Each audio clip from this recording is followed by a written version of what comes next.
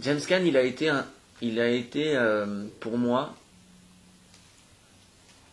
d'une aide précieuse parce que en fait, il représentait pour moi ce cinéma-là. Bon, pour moi, sur son front, il est marqué Sony, c'est évident.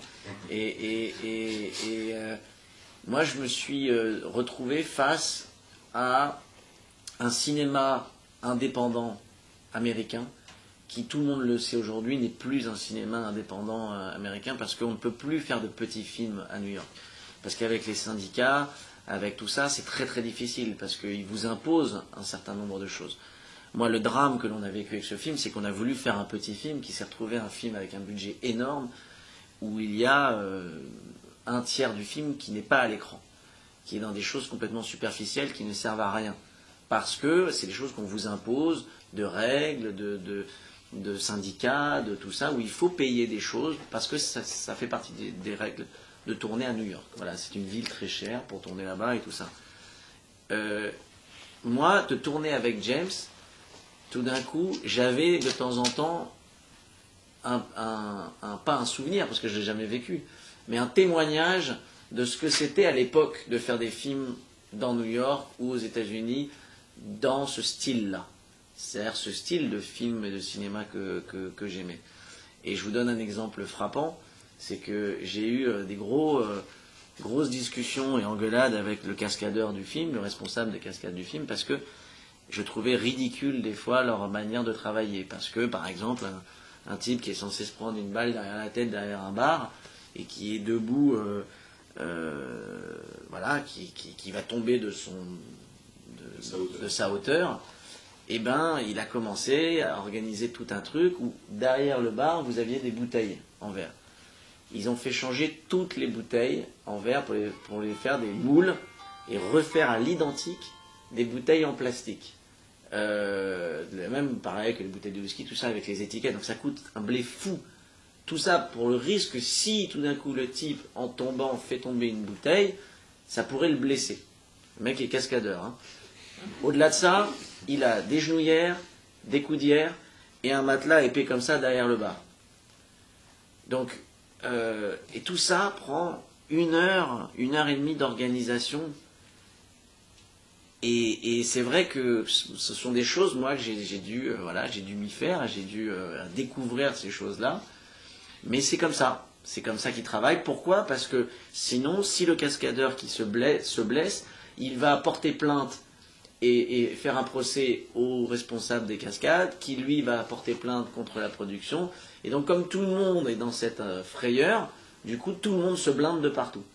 Et l'anecdote, pourquoi j'en arrive à là, c'est parce que pour vous expliquer qu'à chaque fois qu'on faisait un truc, il fallait un cascadeur du cascadeur, et ben à la finale, James Caan, qui à un moment, dans une scène, je lui demande s'il est d'accord pour faire le truc où il doit tomber, et il doit faire semblant de taper sur une table quand il tombe sur le truc.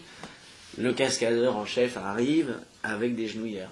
Et là, la tête extraordinaire de James Caan, qui a fait plus de 20 ans de rodéo et de trucs, regarde le mec, il regarde les genouillères et devant tout le monde lui dit « Envoyez-les à mon agent, les genouillères c'est pour les gens qui se mettent à genoux pour supplier. » Voilà. Et là, voilà, ça, pour moi ça voulait tout dire. C'est-à-dire que tout d'un coup j'avais enfin quelqu'un en face de moi,